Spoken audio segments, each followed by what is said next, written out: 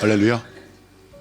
오늘 우리가 함께 나눌 말씀의 제목은 믿음의 증거, 사랑. 살짝 살벌합니다. 믿음의 증거, 사랑. 여러분은 성경이 우리에게 말씀하시는 그 평안을 얼마나 경험하셨습니까? 조금 생뚱맞고도 어떻게 보면은 조금은 무리한 질문이 아닐까 생각하지만, 그러나 감히 여러분께 여쭤봅니다.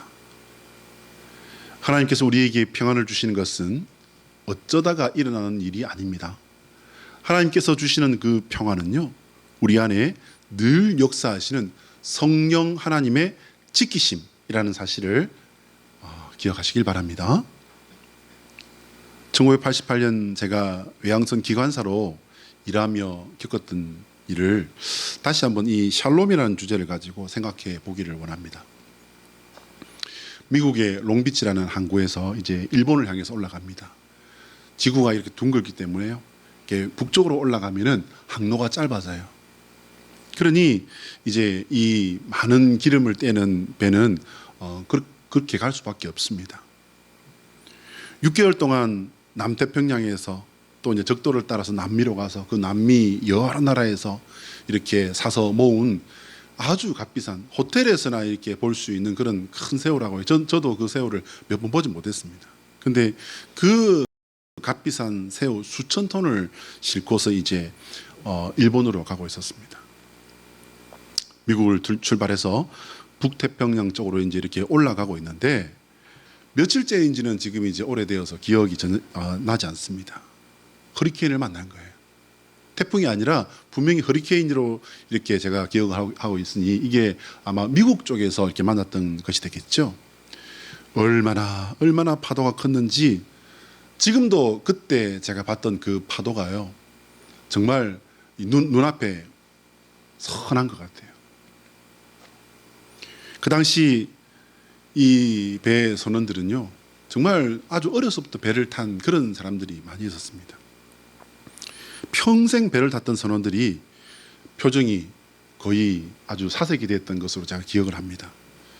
그렇게 심각한 허리케인을 3일인가 4일 동안 이렇게 겪고 나니까요, 배 안의 분위기가 정말로 심각해졌어요. 그렇게 우리를 위협하던 그 시간도 이제 지납니다. 정말로 놀라운 것은 뭐냐면요, 그렇게 난리를 쳤던, 우리가 죽을 줄 알았던 그 허리케인이 지나고 났는데, 바다가 얼마나 시침을 뚝 따는지 알 수가 없어요. 정말 놀라운 그런 광경을 봤습니다. 언제 그랬냐는 듯이 바다가 평온했습니다. 점심을 먹고 갑판장과 선원 몇 사람들이 이제 갑판에 앉아서 이렇게 바다를 보고 있는 거예요. 저도 이제 점심을 먹고 이제 과일이었는지 음료수였는지 늘 이제 후식이 나오니까 그걸 들고서 이제 오랜만에 햇볕도 쬐을 겸 해서 갑판으로 나갔더니, 갑판장이 저를 보면서, 삼기사, 네가 믿는 그 하나님, 사실은 갑판장이 저보다 아래기 때문에 이렇게 반말을 하면 안 돼요. 근데 나이가 이제 워낙 차이가 많이 나니까 아들뻘이었거든요. 네가 믿는 그 하나님이 이번에 우리 살리셨어. 우리 이번에 죽을 뻔했다. 그런데 그렇게 이야기하는 그 인천 사람이었는데요, 그 갑판장의 그 얼굴과 눈빛을 지금 30몇 년이 흘렀음에도 불구하고 지금도 제가 생생히 기억합니다. 그런데 거기 있는 아무도 모르는 사실 하나가 있었어요. 그게 뭐냐면요, 제가 얼마나 울면서 기도했는지 몰라요. 하나님, 저마저 여기서 죽으면 안 됩니다. 저 좀 살려주십시오. 펑펑 울면서 눈물이야 콧물이야 침이야 침대에 톡톡 떨어지도록 얼마나 간절히 울면서 기도했는지 모릅니다. 하나님, 저 좀 살려주세요. 저마저 여기서 죽으면 안 됩니다. 저 좀 살려주십시오. 정말 기도 많이 했습니다. 그런데요, 놀라운 사실은 제가 4일 내내 기도한 게 아니었다는 거예요. 며칠째부터인지는 저도 모릅니다. 근데 언제부턴가 기도가 찬양으로 바뀌고 눈물이 웃음으로 바뀌었어요. 그리고 막 뛰어다녔습니다. 배가 그냥 파도 위에서 어떻게 할 줄을 모르는 그런 상황이었는데 저는 막 뛰어다녔어요. 왜일까요? 하나님께서 나를 사랑하시며 나를 살려서 우리 어머니 품에 나를 돌려 보내주실 거라는 확신을 하나님께서 주셨기 때문입니다. 할렐루야. 자, 한번 따라할까요? 하나님의 소원은 우리가 예수 그리스도 안에서 평안을 누리는 성도가 되는 것이다. 시작. 하나님의 소원은 우리가 예수 그리스도 안에서 평안을 누리는 성도가 되는 것이다. 할렐루야. 여러분, 하나님께서 주시는 성경에 기록된 그 평안을 선물로 받으시고 그 은혜를 평생의 삶에 누리시는 성도 되시기를 예수 그리스도의 이름으로 축복합니다. 오늘 본문의 주제는요, 샬롬으로 정할 수 있습니다. 샬롬은요, 평안을 말합니다. 자, 여러분 지금부터 조금 신경을 쓰고 보셔야 돼요. 국어사전의 평안을 먼저 살펴봅니다. 뭐라고 되어 있냐면요, 걱정이나 탈이 없음 또는 무사히 잘 있음. 여러분 이걸 왜 제가 조금 신경 써서 보시라고 했냐면요, 걱정이나 탈이 없음 또는 무사히 잘 있음, 이게 뭐냐면 국어사전에 이렇게 되어 있다니까요. 평안의 뜻이에요. 그렇다면 세상 사람들이 말하는 이 평안의 뜻은 이거라는 겁니다. 걱정이나 탈이 없고 또는 무사히 잘 있음, 그걸 평안이라는 거예요. 그러면 우리가 성경에서 샬롬, 손가락 하나를 들고서 반갑게 그리고 아주 앙증맞게 인사해야 될 이 샬롬, 이 뜻은요 히브리어인데요, 평화, 평강, 평안을 말하는 것이라고 했습니다. 샬롬이라는 단어는요, 평안한 감정이나 갈등이 전혀 없는 그 상태를 말하는 게 아니라는 거예요. 여러분, 그러면 이게 조금 전에 제가 국어사전에 있는 뜻과 이게 같이 가나요? 아니면 다른 뭔가를 말하는 겁니까? 다른 뭔가를 말하는 것입니다. 네. 샬롬, 즉 이 성경적인 평안은요, 하나님과 주변의 사람들 그리고 하나님의 창조 세계와 올바른 관계 안에 거하는 결과를 말한다는 거예요. 자, 그러면 여기에 이제 숨어 있는 뜻을 제가 간단히 설명을 드립니다. 세상 그리고 국어사전에 기록되어 있는 이 평안이라는 것은 말입니다, 걱정이나 탈이 없음 또는 무사히 잘 있음, 이거 뭐냐면요, 됐다가 안 됐다가 됐다가 안 됐다가라는 말하는 거예요. 어느 순간에는 평안을 내가 가진 듯도 하고 누리는 것 같기도 하고 이게 된 것 같기도 한데, 어떤 순간에는 언제 그랬냐는 듯이 마치 우리가 허리케인 때문에 죽을 것 같았던 그게 또 끝나고 갑자기 그냥 생뚱맞게, 그러다 또 어떻게 해요? 배가 흔들리고 또 죽을 것 같이 그냥, 그러니까 됐다가 안 됐다가 기다가 아니다가 그런 것을 말하는 것입니다. 그런데 오늘 하나님께서 우리에게 주시는 이 샬롬이라는 것은요, 그게 아니에요. 그게 아니고 하나님과의 관계 안에 거함으로 말미암아 우리에게 끊임없이 부어지는 것을 말하는 것입니다. 할렐루야. 즉 이 평화 샬롬이라는 개념의 의미는요, 모든 삶의 모든 부분에 지금과 그리고 영원까지 함께하는 것임을 여러분 믿으시기를 축복합니다. 이것은 우리가 원하고 기대하는 것과 너무 거리가 멀어요. 아니요, 나 이거 원하는데. 네.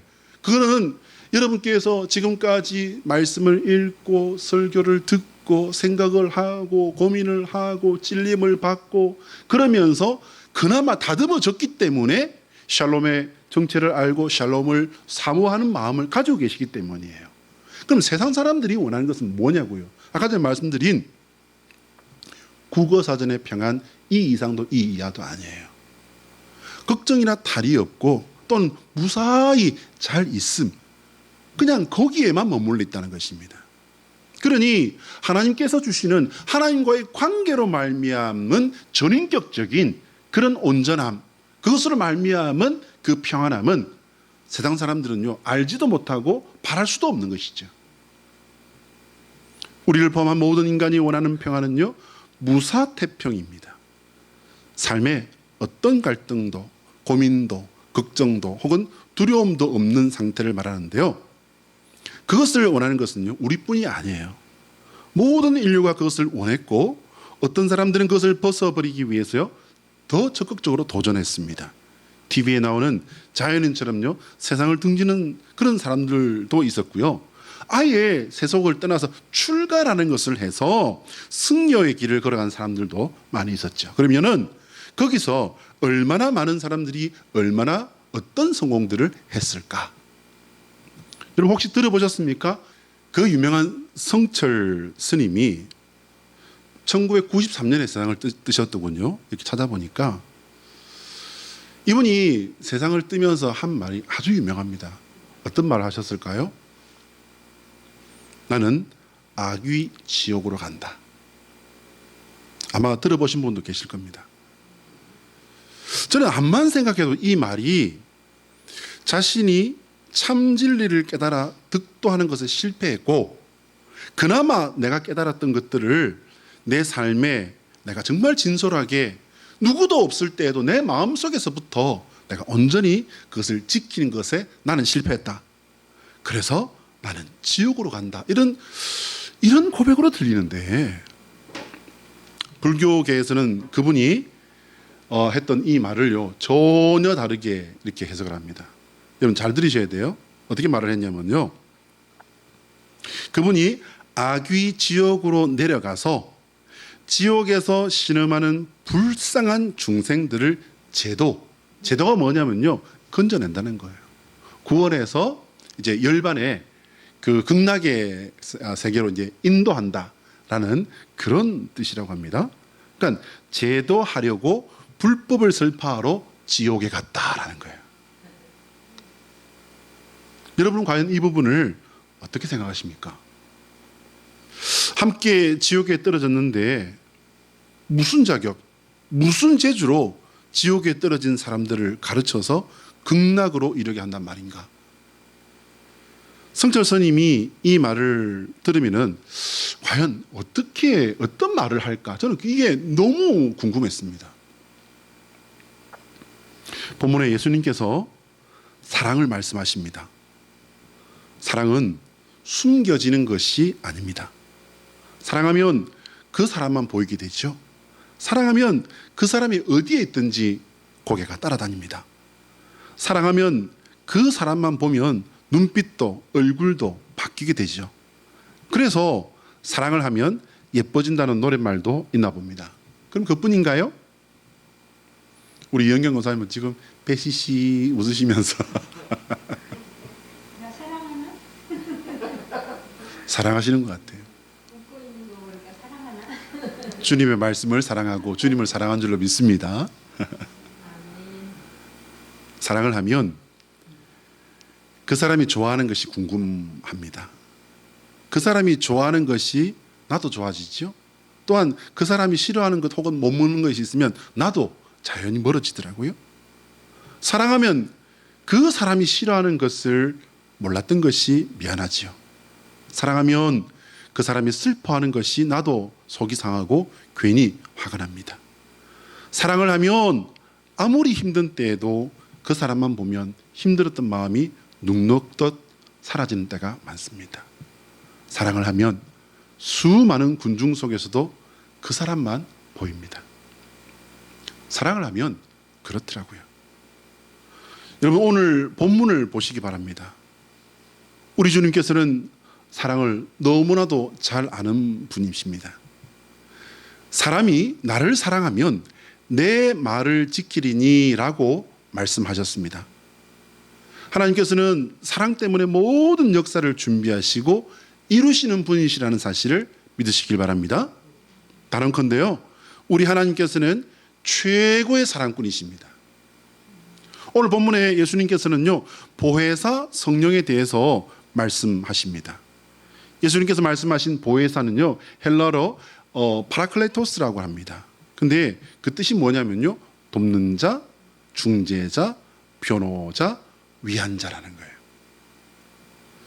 근데 그 이름처럼 예수님께서 말씀하신 이 보혜사의 일도 그렇습니다, 여러분.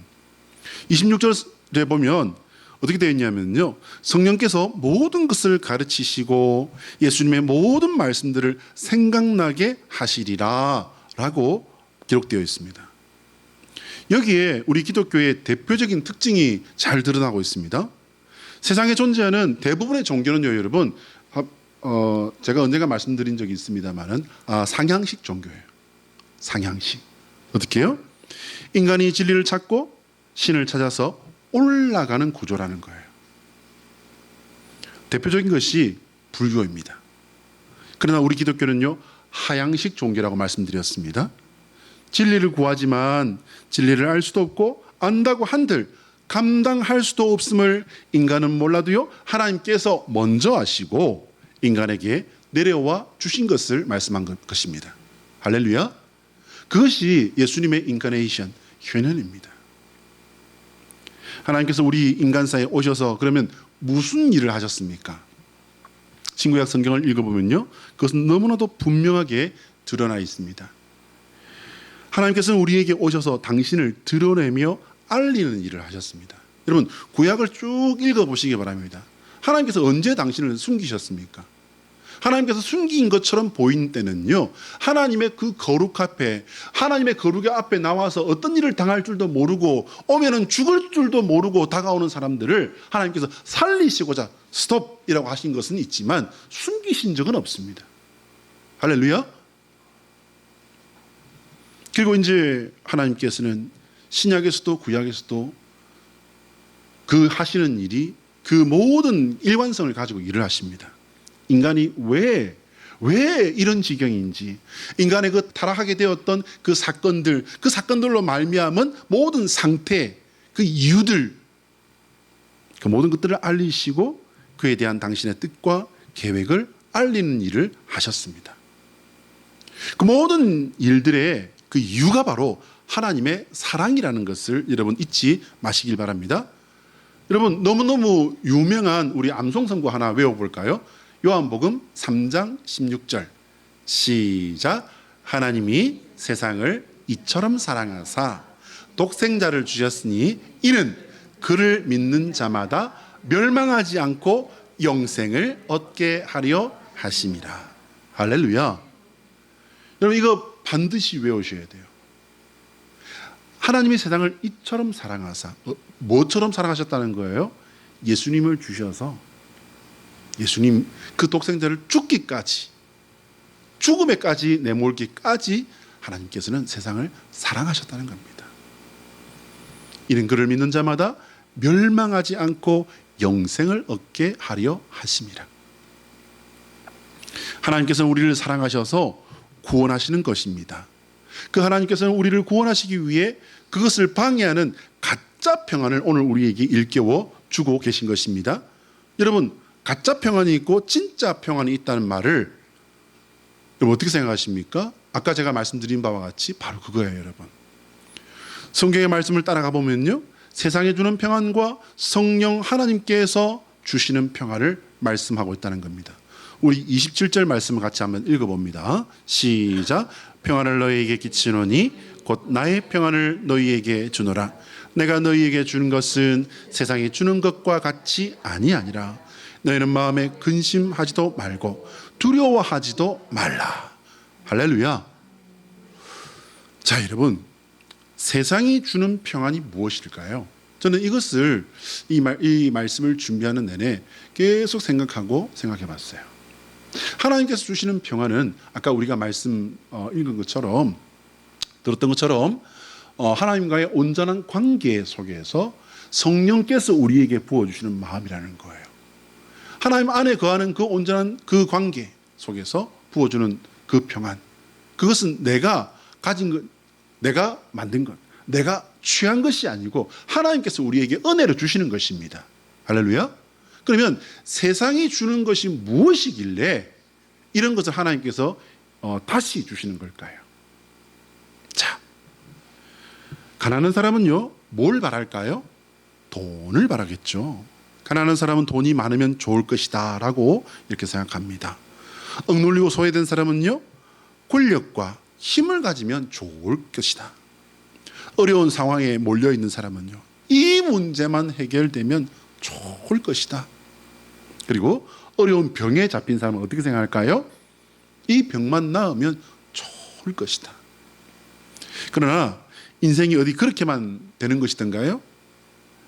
천석군을 가진 사람은 천 가지 걱정, 만석군을 가진 사람은 뭐라고 했습니까? 만 가지 걱정. 또한 돈이 많은 사람은요, 그 돈에 만족하지 않고 더 많은 돈을 벌기를 원하는 것이 세상의 모습 아니던가요? 또한 권력과 힘을 맛을 본 사람은요, 더 큰 권력과 힘을 바라보며 더 과감하게 자신을 던져버립니다. 도덕, 윤리, 의리 뭐 이런 거 여러분 거들떠보지도 않습니다. 어떤 권력의 자리, 힘 있는 자리에 올라가게 되면은요, 수단과 방법을 가리지 않고 그것을 지키려 하고 더 높은 곳으로 올라서려고 하지요.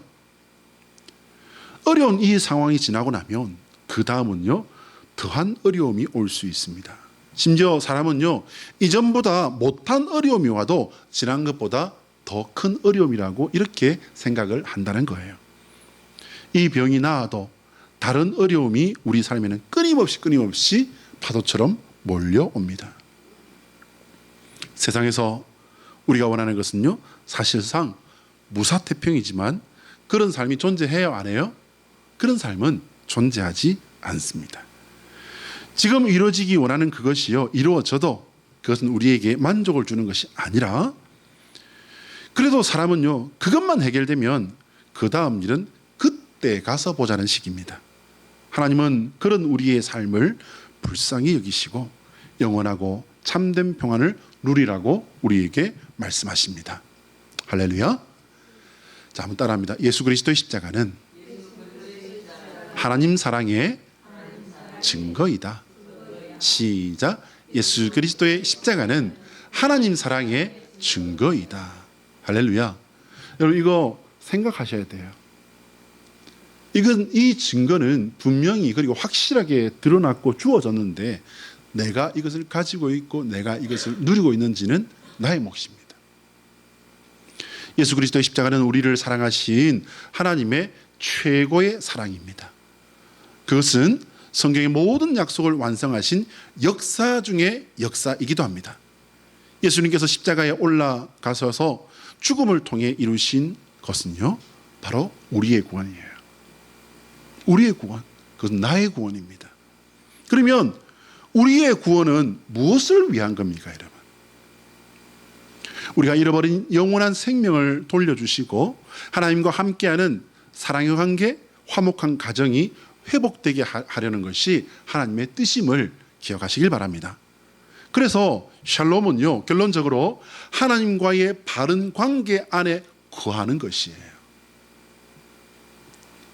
나에게는 하나님을 사랑하는 증거가 있습니까? 여러분 이거 돌이켜보시고 자꾸만 생각해 보시기를 권면드립니다.